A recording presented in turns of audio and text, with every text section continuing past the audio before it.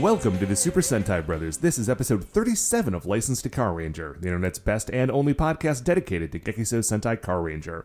Every week we watch an episode of the show and we share our thoughts with you, the listener. My name is Matt J. With me as always is my co-host and brother Dave. Dave, how you doing today? Doing pretty well. I'm kind of running on fumes. We're rolling into midterms week, but there's a light at the end of the tunnel. I'm really holding on to that. That is nice. Whenever you mention that you're like hitting midterms around this time of year, I get very confused because like the most recent school thing I've done was college. And so like, oh no, like it's finals time. What are you talking about? Oh, yeah. Because we go by, year-long. Right, because you're a high school. Yeah. Yeah. Yeah. I'm actually pretty comfortable right now because I am now finally recording from my new chair and desk setup. This is just a quick update. I remember a few weeks ago I had talked about getting a new desk and then immediately realizing that the chair was too old. Yes. Got a new chair.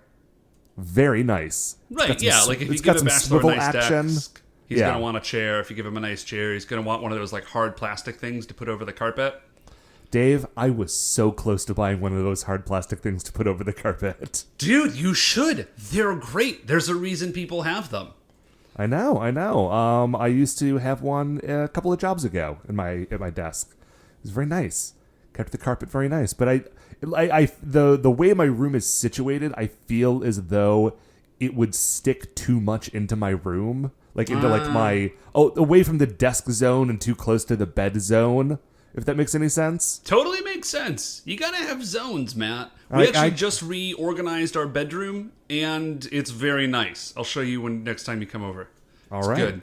So wait, how did you solve your mic problem? Now let's just we had a little talk shop, Matt. How did you solve your mic problem? The mic problem, Dave, I have not solved. Just every week when we record this show, I drag my old desk back into my room, attach the microphone to that. And then when I'm done, I tear it all down again. Well, it makes it like an event, right? It's a special time. Actually, I recorded an episode of Spectre yesterday, and so I was like, well, I'm recording Super Sentai Brothers tomorrow. I'm just going to leave it up. So I've just had 2 desks in my room for the last day and a half. Matt, that's maybe you're just a man that lives a 2-desk lifestyle now. Well, there was a moment that I thought like, oh, if I set these up next to each other, it's sort of like I have an L-shaped desk. Dude, I've had an L-shaped desk. They're great. The thing is that it's sort of like having an L-shaped desk. What it actually is it's just 2 tables. Right, it's just having a table next to my desk, and now I can't open my closet door. And that's not a permanent solution. Anyway, today we're talking about episode 30. Dave, for once, I can't think of a good transition from that to saying... Today we're watching episode 37 of Gekisou Sentai Carranger. It is called The Dreadful Universal Highway Project. But of course, before we get into that, Dave, as always, shining in the heavens, there are 5 stars. Would you like to hear what the first star of the week is? Yeah, I very certainly would. Brief one today. Dave, I thought I was making a really clever sort of plan today, and it backfired on me. We got an email early this morning at the office that said, hey, we are going to be doing our like once or twice a year fire drill this afternoon. It will be at 2:30.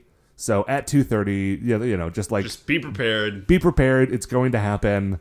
Don't be in the middle of like a workout or something. Right, like don't do something crucial that you will then have to leave. Like don't be in the shower or whatever. Exactly. It's coming. So they give this to us, and then around like 5:20 or 2:25, I'm looking at the guy who sits next to me. I'm like, you know what? We know that this thing is about to go off. Every time this happens, let's just go now and stand by the door so that when it goes off, we won't have to stand in line to walk outside. Right. Your ears won't hurt because of the stupid... Right. I assume you have some sort of like horrifying audio. Like, oh, sure. Yeah. And so we'll get away from our desk. We'll be ready to roll. Like we won't just be like standing inside while this thing is flaring. This is a very good plan, Matt. Well, Dave, here's the problem is that we go stand by the door. And we're just standing around and I'm looking at my watch like it is about to be 2:30. Yeah, you're doing your own little like weird countdown. Yeah, and then the alarm goes off because we did not it wasn't like super cold out today, but it's December in Cleveland. Yeah, so we weren't it's actually going to go weirdly out. and unseasonably warm, but still True, but it was still 31 or something. So I wasn't going to go outside early. I just wanted to be ready early. But what I had forgotten, Dave, is that the actual alarm that's in the room that I was standing in was right next to the door. Oh, no. So, the alarm goes off, and I am standing 1 foot away from it, and I just about jumped out of my shoes. It was... And then, we walked outside, and we did beat the rush, but boy, next time, I hope that next year I remember that I did this wrong. Dude, I actually keep a set of earplugs in my desk at work specifically for, fire alarms and pep rallies. Because we're required to go to the pep rallies, and they're always miserable and incredibly loud. So I just keep them in my desk. I recommend you do the same. I actually do have earplugs in my desk. Wise. They just had baskets of them sitting around because they were doing some office work, some construction work on the office through a lot of last year. So they're just hey, we know this is bad. Here's some earplugs if you need them. So I do have some. I should recall that. Anyway, Dave, what is our second star of the week? So our second star of the week, Matt, is not quite when you'll hear this episode, but we're getting into Christmas season. But what we are in, Matt, is the middle of package season.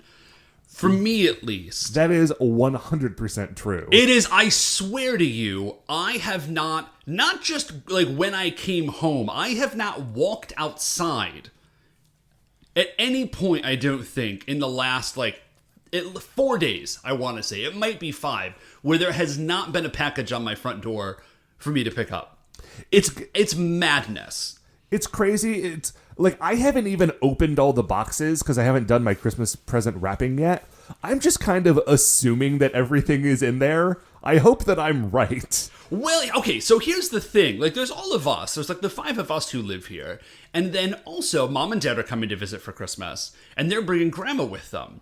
So Mom and Dad, very wisely, when they order stuff for Christmas, they don't have it sent to their place and then drive it up to mine. They just have it sent to me.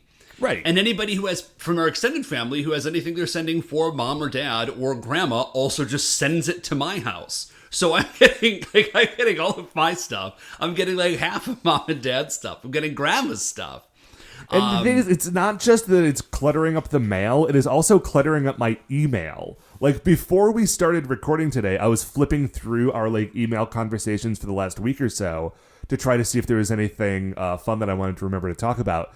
And I'm just having to scroll through pages of okay, your order has been confirmed. Your order's on the way. Receipt. Yeah. Oh boy, your order's going to be there tomorrow. Today your order's going to be there. Hey, did you get your order? Hey, do you want to swing back around and review your order? It's no, I don't. I gave you the money and I want the thing, and that's the only interaction I want to have with you. Please give me some peace. Right, well, this is the only downside of, this is the inconvenience that you pay for ordering rather than just, going to a store and buying stuff. But I've found, you have to be you probably don't have this problem. I have to be very careful when looking at packages to, who it's addressed to.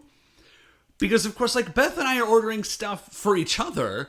Right, and Mom and Dad are ordering stuff for us, and you know what I mean? So you don't want to accidentally, there's a lot of very light treading around these packages to make sure that we're preserving Christmas surprises. I am very excited though. I feel like the Christmas season has really snuck up on me this year more than other years. I think because Thanksgiving was so late, and as you said, it's been sort of an unseasonably warm December. So I didn't have my decorations up for a long time. I didn't have a tree up until Saturday. No kidding. That is late for you. You're normally an early tree guy. I will tell you, listen, I'm excited about the presents we got you. I think we got you some cool stuff. I think you're going to dig it. However, after we already bought your Christmas presents, I came across a present that is so annoyingly perfect. I think I'm actually going to buy it and then just save it for your birthday or for Christmas again or something so that I don't forget. Oh, it's very exciting. It is. Or maybe I'll get this and I'll give you, I don't know. But the point is that I was like, oh man, these presents we got, Matt, this is super great. He's going to love all this stuff. Like, this is very good. And then I saw this thing on the internet. I was just like, crap. That's, oh man, that's actually better. This other thing is so I think I'm just going to get it. And then you'll get the other thing at some point in the future. Okay. Well, now I feel bad. I think I got you terrible gifts this year. Oh man. Yeah, that's a bummer. I'm kidding. Okay, good. I hope I'm kidding. Please let me be kidding. Anyway, Dave, what is our third star of the week? So our third star of the week, Matt, is so a couple of weeks ago, maybe a month and a half ago or something, I saw that Andrew Yang, presidential hopeful Andrew Yang, was signing people up, and he said, "Listen, if you give me your email address, if you let me put you on my email list, I will enter you in a drawing for like a freedom dividend. Freedom dividend is what he is calling his universal basic income plan." And I'm like, all right, Andrew Yang, you're a little bit crazy and you're never going to win the presidency, but like I kind of like some of the things you have to say. Like, go for it. You know, like I'll get your emails and maybe I win this thing or whatever.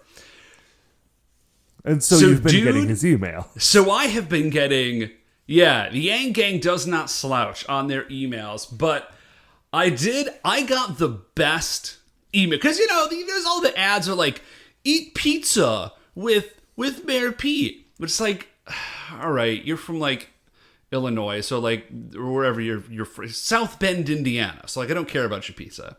And then like, grab a beer or whatever you like with Elizabeth Warren. And I'm like, listen, I go back and forth on Elizabeth Warren. She doesn't seem like the sort of person I want to grab a beer with, right? Right. Or whatever you want, Dave. It could be a coffee. It could be a tea. It could be a coffee. It could be a tea. I don't feel like I would want to have any of those things. And listen, I'm not digging on whatever. Yeah. It just doesn't seem like the sort of person that I personally would be like, you know what, Liz? Let's sit down for a brew. Because you know why? Just you and me.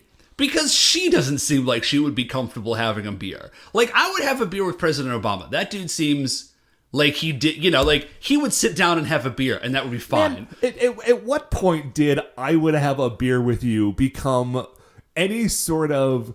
Because this is something that people have said for a long time about a bunch of different candidates. Like, I'd have a beer with him. Dude, there are people that I have beers with a lot. I don't want any of them to be president. Okay, now, Matt, listen. I think you were about to say, since when is I would have a beer with him, like, supposed to be a criteria from the president? And what I would suggest to you, Matt, is that it's 2019. So I'm just doing some real quick math. Closing in on 275 years is how long it has been a criteria for president. Well, okay, now do recall that originally they were talking about cider, not beer, so you got to move the timeline a little bit. Okay. This is pre-heavy German immigrant. I don't know. But the point is, like... No, seriously. It was, I think it was... No, I know it was a cider thing, but, like, wasn't there, like, a president who was, like, the cider president? And it was just like, yeah, dude, like, that dude just rolls out the barrels every time he rolls around. This is great. Is it Tyler? Probably wasn't Tyler. Anyway. It may have been Tyler. Anyways, so the point is, you see all these ads, and I'm always like, that doesn't seem very good. But I did get an email from Yang 2020, and they always open their emails with, they either do like the personalized, like, hey Dave, which I don't like as much, but sometimes they just say, listen, Yang Gang, and I do sort of love that. Here's the latest promotion. If you chip in to like cover his costs or whatever, he will sit down and watch Star Wars with you. Like, he'll fly you out, you and a pal and Andrew Yang watch the new Star Wars movie, like, on opening night. And I was like, that's tempting, Andrew Yang. I feel like you're a man who understands your demographic. Yeah. Pretty well. Man, I know that he is running for president. It seems like he's just kind of running for, hey man, maybe people in their 20s and 30s will like me. Like, I don't know how he's planning on having that translate to anything other than what it already is. It's like, hey, I've got a Super Nintendo and I'll go see Star Wars with you. It's like he's running for cool uncle. It does seem like that. I think if you actually asked me, I think in his heart of hearts, I think what he's actually doing is like a giant publicity campaign for universal basic income. But campaign for Fun Uncle does sound a lot better. What, Matt, is our fourth star of the week? Dave, our fourth star of the week is that, okay, you know I have my teapot alarm clock. Oh, yeah? I've talked about that on the show, right? You have. More than once, I would say. Okay, just wanted to make sure I did not have to explain. It's like an alarm clock that is also like a hot pot that drops the hot water into like a reservoir. Yeah, so it makes thank the tea you in for the it. morning. After having said that you do not need to explain, going on, and then very definitely just explaining. Dave, hey, you never know when it's somebody's first episode. If this is your first episode, go back and listen to some other ones. I mean, this is going to be a good time. I like this week, but you're going to miss a little bit of context. Yeah, particularly what this teapot alarm clock is. Yeah. So I've recently switched up which mug I use in the morning because I got a new mug in the mail as a gift for supporting public radio. Because you've met me. Yeah. So I've been using this mug, and it is an enormous mug. It is the size of the sort of mugs that you used to get in like coffee shops in the 90s. So if Mike Myers got this mug, he would say like, "Wait a minute, I ordered the large," right? Is that? Yeah. Yes, man. Nothing. Okay, guys, I'm sorry. Because depending on your age, you might be too young for this. I'm not a dude who engages in a lot of like things were better when I was like X number of years old. Yeah. A lot. That's just not my vibe. I try to be very realistic that in fact, many things and most of the things that impact my life are in fact a lot better now than they used to be. But coffee shops are not nearly as good as they were in the 90s. No. And that is a stone-cold fact. I think overall the coffee is better now. Oh, yeah, the coffee itself is almost definitely better. But the shops are almost universally worse. Oh, my gosh. Coffee shops were so great. And listen, I still like coffee shops, and I go to them, but they're not as good. No, they're just absolutely not. I so rarely go into a coffee shop now and think, this is a place I want to be for a while. Unless it is a rare coffee shop that is still there from the 90s. Yeah. Yeah, man. I don't even really know. Yeah, there was one that was like in an old greenhouse. You would go to places and there'd be like an open mic, but it wouldn't be bad. Yeah. Yeah. It was just, it was one of the few things. It was like very definitively better in the 90s. It'll probably never be that good again. And like, I'll fight anybody who says otherwise. And every time you would go in, they would give you an enormous ceramic mug. It was huge. This thing had to be like half a liter. It was madness. Yeah, remember, I'm thinking particularly of like the big like bathtub-sized mugs from the Coffee Klatch. Yeah, I know the ones you're talking. Again, if you've ever seen So I Married an Axe Murderer, it's the coffee shop scene. Yeah. So this mug is not shaped like that. It's shaped like a regular mug, but it's about time and a half the size of a regular mug. And so I'm really excited about this, right? Because now I get to have a little extra tea in the morning. But the problem is that my 21st century body has gotten weak. Like it's forgotten the volume that I knew in my youth. To be able to like drink that much tea in a sitting. And so I get about 2/3 of the way through it and I'm like, yeah, still got some tea left. And then as I'm finishing it, I realize that I'm starting to like resent the tea that I'm drinking, but like I'm not going to pour it out because that's crazy. And also I'm still in bed, so there's nowhere to really do that. Right. And it's just like the last 2 or 3 sips I realize are like growing bitter in my mouth just because I want to stop drinking because it's too much, but I'm not going to let myself. And it's been like 2 weeks and I keep waiting to get used to those final like 6 ounces and it hasn't happened yet. And I'm beginning to despair that it never will. Dude, that is, yeah, like the petty annoy. Sorry, man, I am trying to talk to you, but I'm also watching the opening scene of So I Married an Axe Murderer. This coffee mug is legit the size of a soup bowl. And also, I gotta turn it off. I'm like drowning in nostalgia watching it. Because the opening song for that movie is There She Goes Again. By the Laws? Yeah, I believe so. Yeah, wow, gosh, how good is that? It just made me feel real great, also very bad, in a way I can't quite define. So the petty annoyance of, like, things being just, like, marginally the wrong size. Right, because if it's... And listen, I know that I'm going to get grief about this, because I have been complaining about it for over a decade.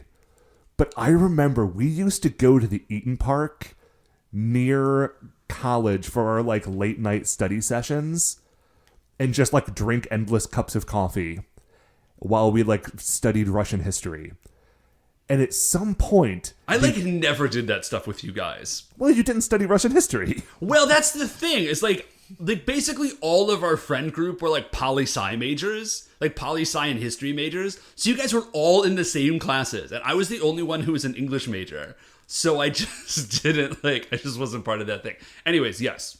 And at some point they just changed the size of the coffee mugs at the Eaton Park so that they were like 25% smaller, like noticeably smaller, but not like comically small. And I was just furious with it for like a full year until for eventually a decade, apparently. Yeah, but eventually they went back to the old mugs because they knew that I was right all along, and they eventually had to capitulate to my complaints that I never actually voiced to them. I only ever made my friends listen to it. Yeah. No, so like I've got a tea mug because I drink a lot of tea at work, and the easiest way to get hot water for my tea is to use the Keurig that somebody has brought in, and you have to take the Keurig pods out, which always bums me out because Keurig pods are A, an ecological nightmare, and B, make very bad coffee. True. But they're a great hot water heater. But the problem is the Keurig only has 3 like mug sizes, and the large one is not large enough for like the size of my mug. And so what I have to do is I have to get like I have to hit a medium and then dump out like a little bit of it, and then I have to put in a little one, and then like a medium minus a bit plus a small equals like one of Dave's tea mugs. And it just like every time I have to do it, I'm like vaguely annoyed that it's just like because I feel like my mug is a very standard size mug, and it just annoys me that there's not like a setting for it. Man, I get it, dude. You know that I get it. Anyway, what is our fifth and final star of the week? So our fifth and final star of the week, Matt, is it's a commute update. Ooh.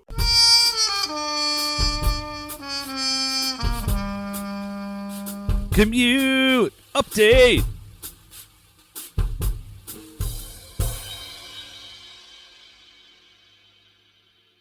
Okay, I mean, sort of. Like, not. I was driving. I mean, you don't have a commute. So. I don't have. I mean, I do have. Like, I don't live at work. I do technically have one. It's just very short. So I saw a license plate, Matt, and here's what the license plate said. It just said Bob K. Gen. Gen. Not Gen the name. Gen. Yeah, Bob K. Gen. Okay. And I don't know what that means. Maybe Bob is from New Orleans. Man, I have no idea what you lost me completely. Bob Cajun? That could be. I don't think so. Here's my hope.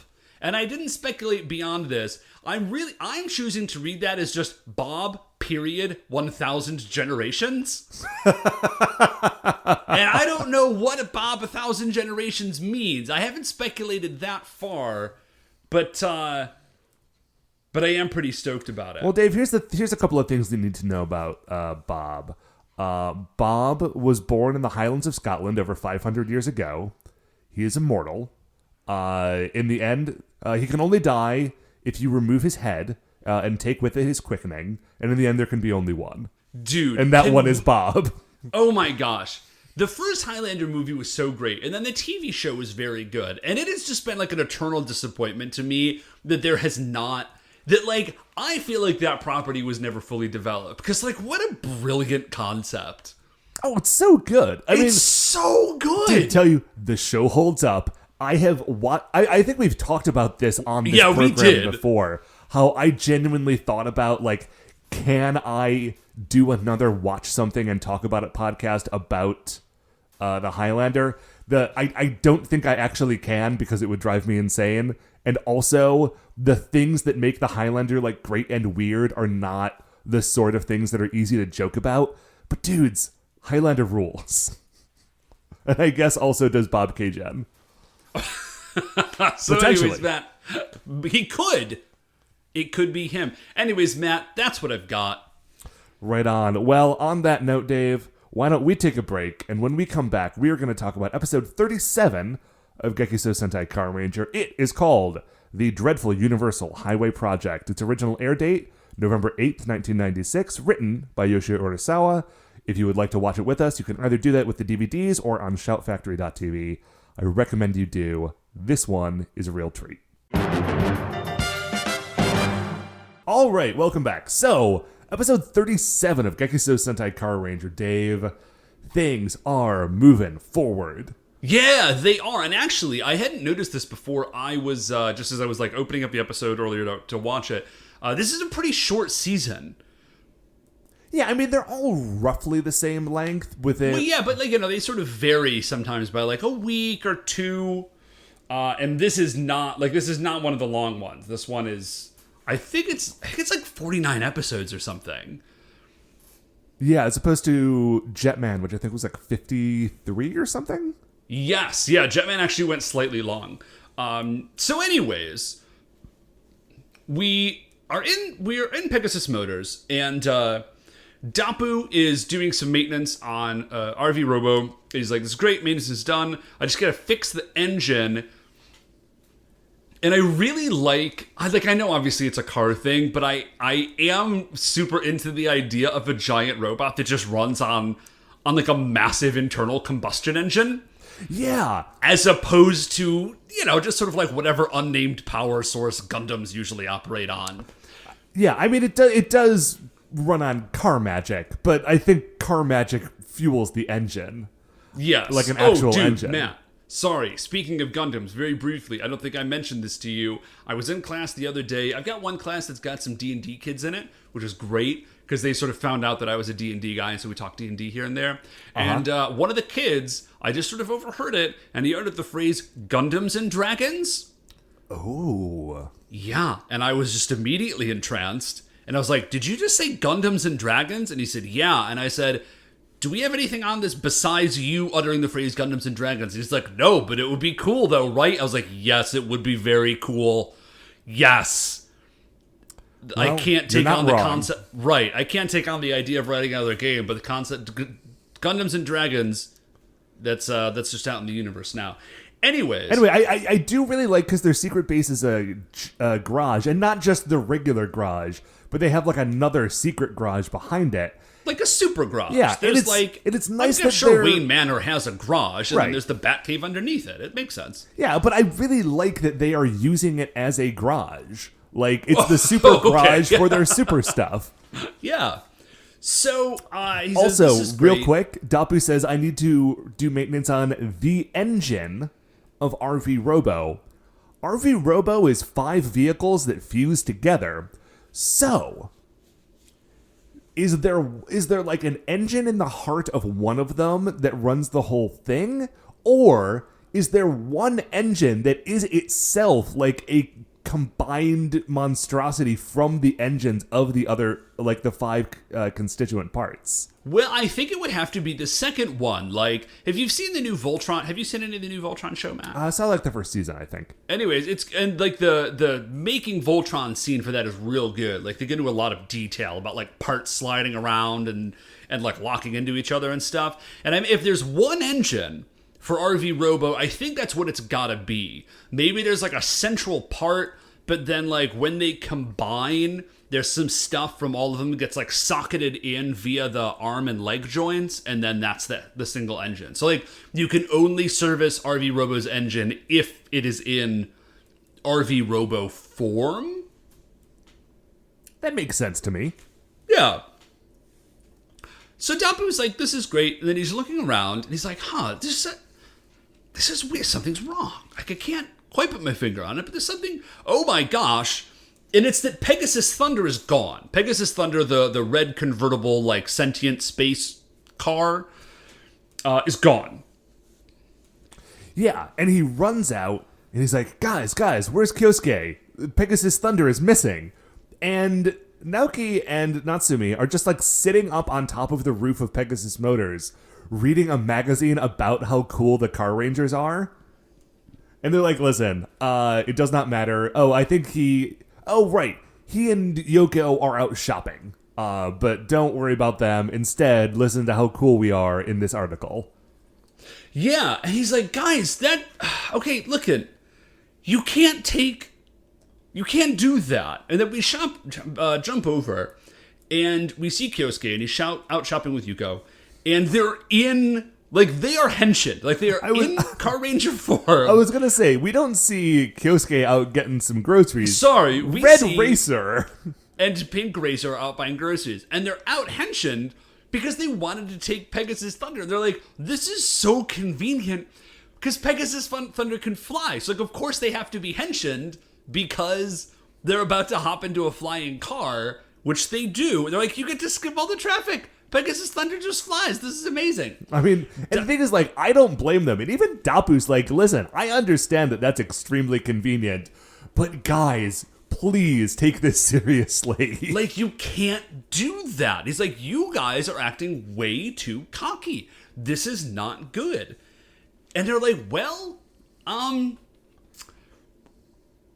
okay, like, we hear what you're saying, Dapu, but we do always win. Right, we always win. Like, we are on a 34 episode, 37 episode winning streak here. Well, mostly. We'll discuss the numbers in a minute. We'll talk these numbers in a sec. They're like, we always win. We've got good reason to be cocky. Right, and not only that, but we have both giant robots now, and Signal Man is back, and he's got Surrender. Like, what are the Bozo gonna throw at us that's actually gonna beat us? Like, I understand that you might think we're being cocky, but like, straight up, those guys are clowns. Yeah. And, like, they're not wrong, is the thing. And Dapu's like, listen, you can't rely on Signal Man. You can't rely on these giant robots. Like, you have to be, like, you've got to be able to do this yourselves. Like, this is, guys, like, he doesn't say it, but you do get the vibe, like, hey, my men and ladies, my whole planet was destroyed. Everyone I know is dead because, like, except we didn't... for you idiots. Except for you clowns. You need to take this seriously. The Bozok are trying to destroy your entire planet. Like, you cannot sleep on that sort of threat. And then he sort of starts thinking to himself, he's like, man, I just need to, like, bring them down a peg. Like, for their own good, right? So that they stay vigilant. We go from there, and we see President Dynamo. Oh, and by the way, actually... when they talk about how they always win, we do get this brief montage of them just destroying a bunch of monsters. It's very good. And this resolves into up in Barabarian, where President Dynamo is reading the same article from Space Magazine about how the Bozo lose every week and the Carrangers are so cool. And he's like, man, this is, guys, it's not looking good for us. We are on a terrible losing streak. And Inspector Garage comes over and actually has like a scorecard. Yeah. And he's like, yeah, man, we are like 1-34-2. So this is very bad. Like, everybody's depressed.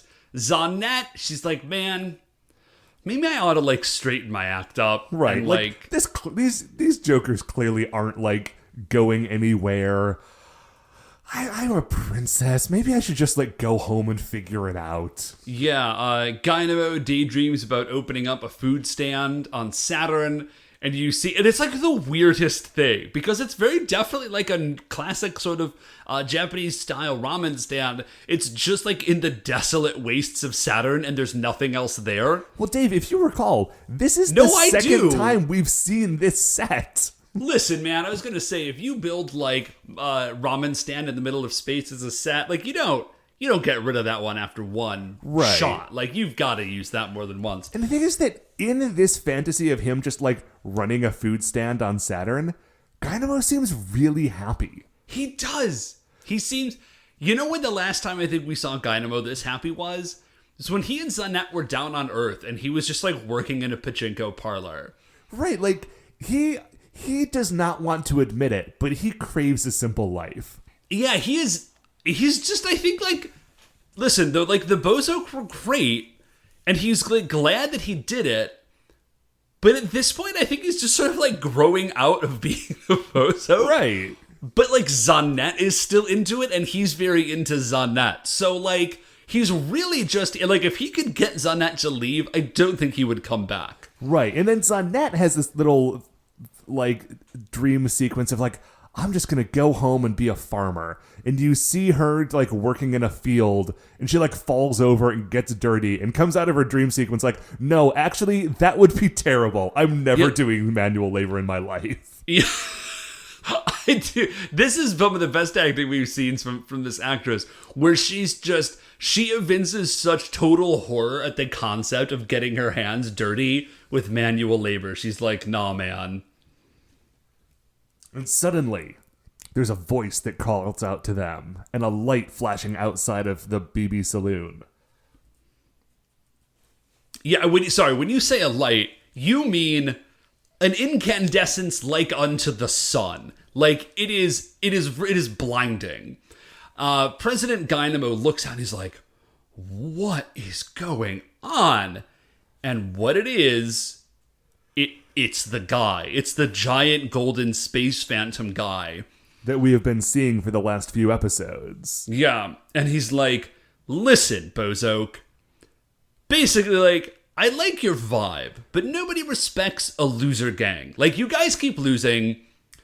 Like, this is, like, you can't keep doing this. Right. And like, right now, you're not in the right headspace. You need to, like, regain your biker spirit. Yeah, and they're like, well, who are you? And he says, I am Reckless Emperor Exhaust, the ruler of the universe, and you need to regain your evil confidence. Dave, I'm sorry, he's the ruler of all evil in the universe, not the ruler of the universe. Oh, I'm sorry, okay. Thank you, I missed that.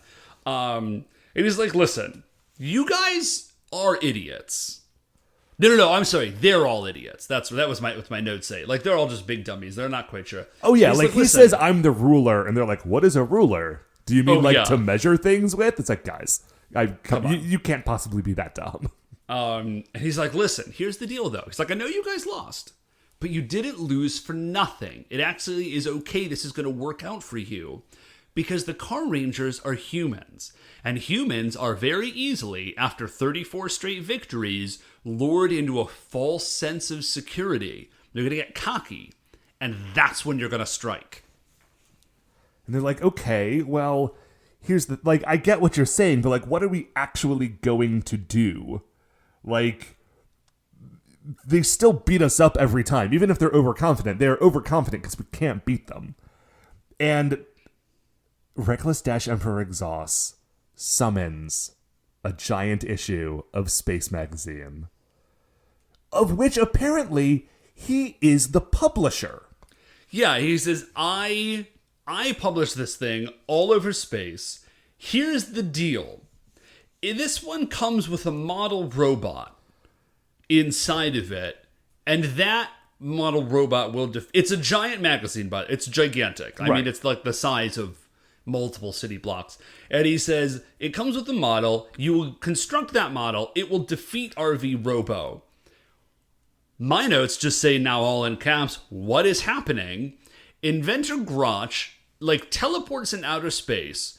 And, like, it's a giant papercraft. It's a 15-story tall papercraft model robot.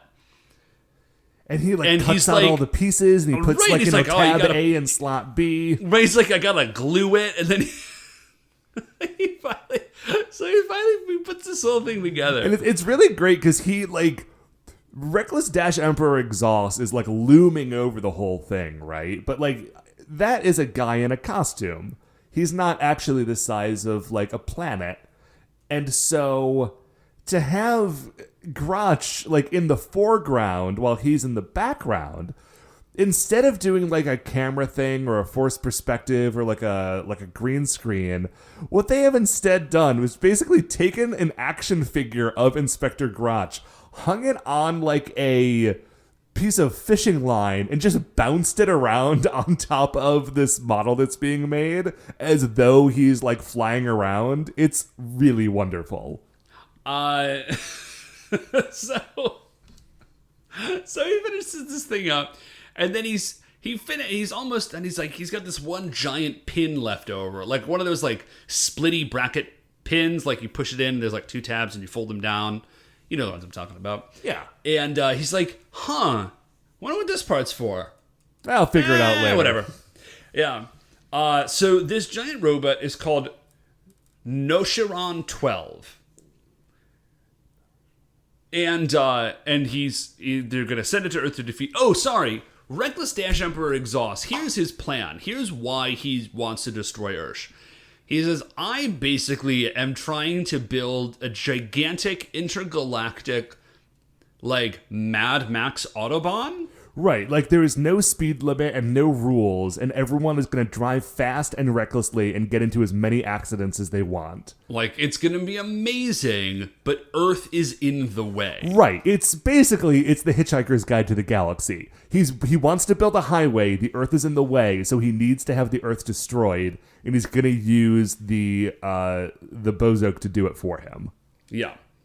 So they just, like, Zelmoda hops in, he pilots Noshiron 12 to Earth, and then we flip down and we see Signal Man. He's at Koban Base, and he's just cleaning up. He's like, things are pretty chill today. No worries, just cleaning up.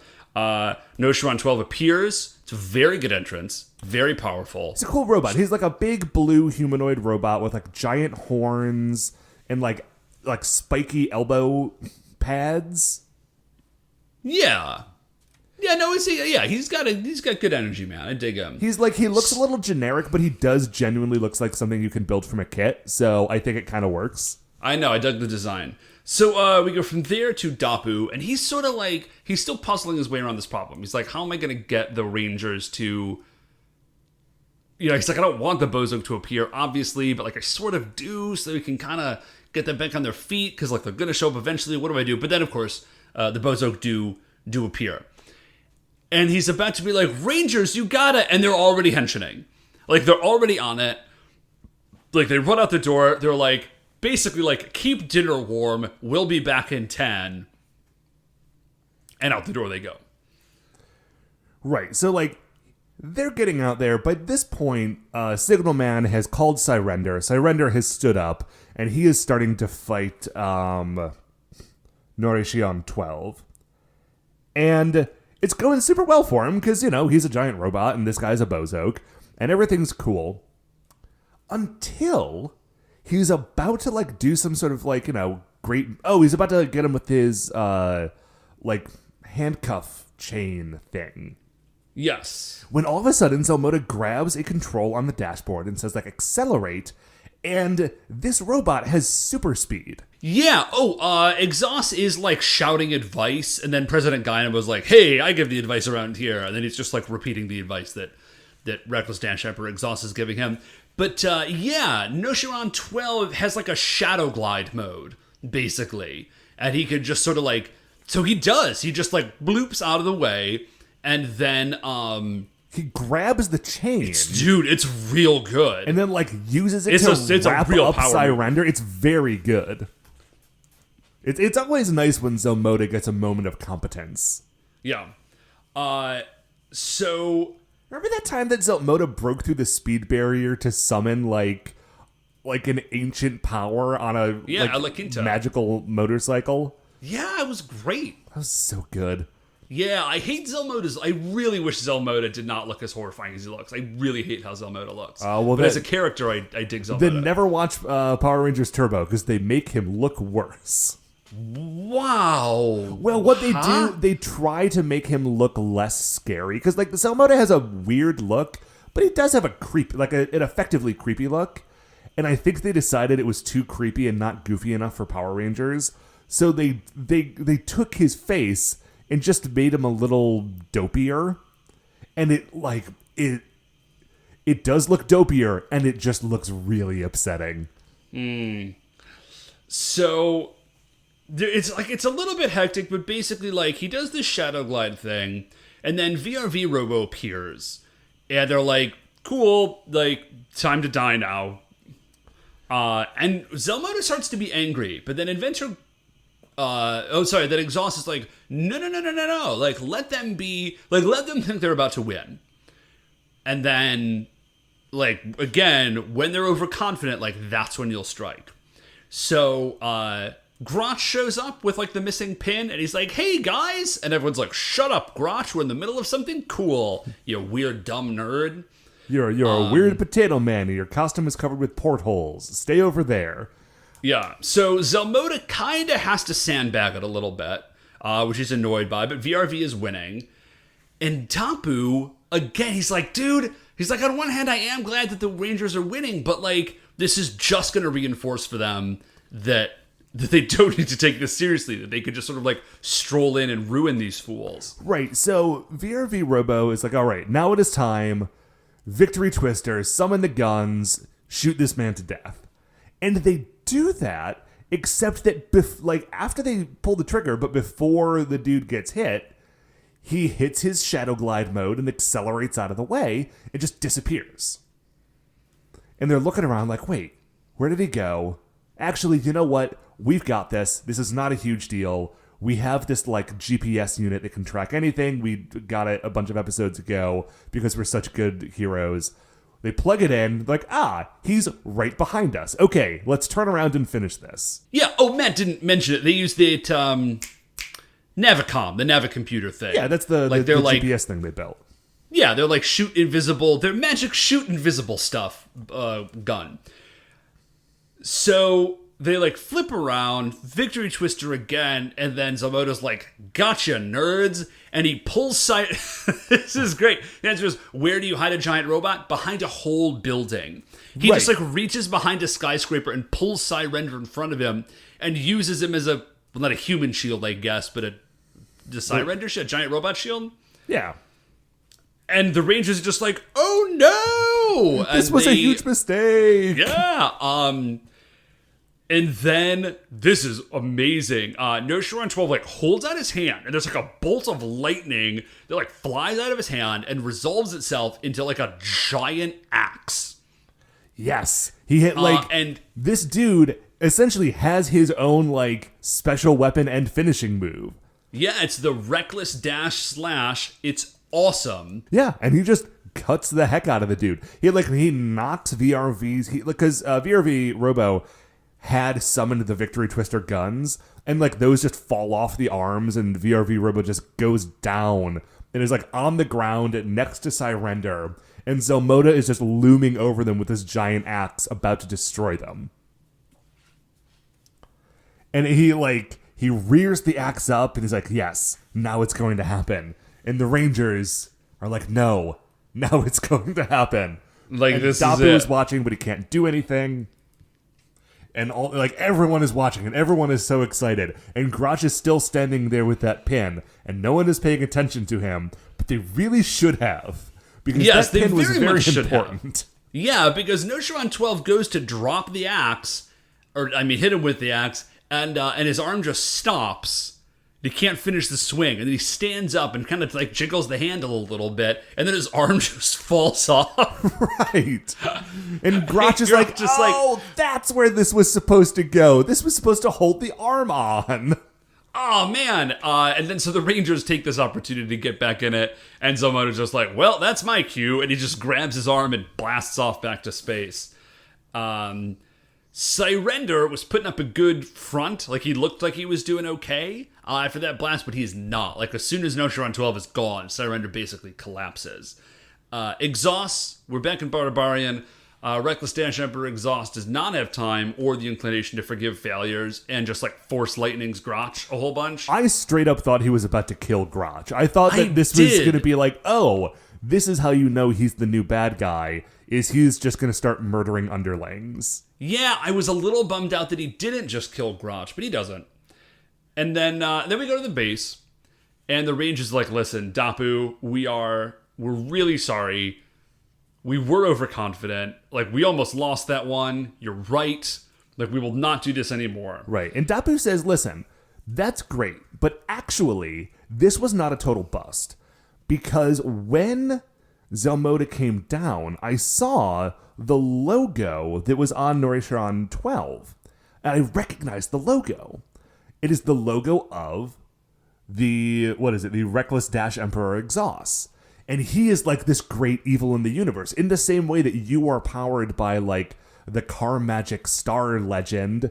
He is powered by an evil star legend. He is like the evil counterpart to you. And this is like the great evil that I was sensing before. So now we know he's here and we can like plan for it. So this is actually like, we made it through. You did make a very bad mistake, but it has worked out for us. Right, like we made it through today, so everything is okay. Like we're going to get through this. So he's talking to Kyosuke and Yuko, and he's like, actually, where are the other three? And they're like, oh, well, they were so, like, they took your words to heart. They took Lightning Dragon out for patrol. And he's like, what? That's great, guys. And then they roll back in. They're like, we finished patrol, and we got juice. And then Dapu's like, you stopped to get juice? And they're like, we were done with patrol. Like, we were really thirsty. And then he just starts chasing them around. Because he's like, you don't understand this at all. And then that's the end of the episode. It's good, man. This is a good episode. You know what I really like about it that I think I forgot to mention? Is that, okay, so we now know that Space Magazine is published by the Reckless Dash Emperor Exhaust, right? Yeah.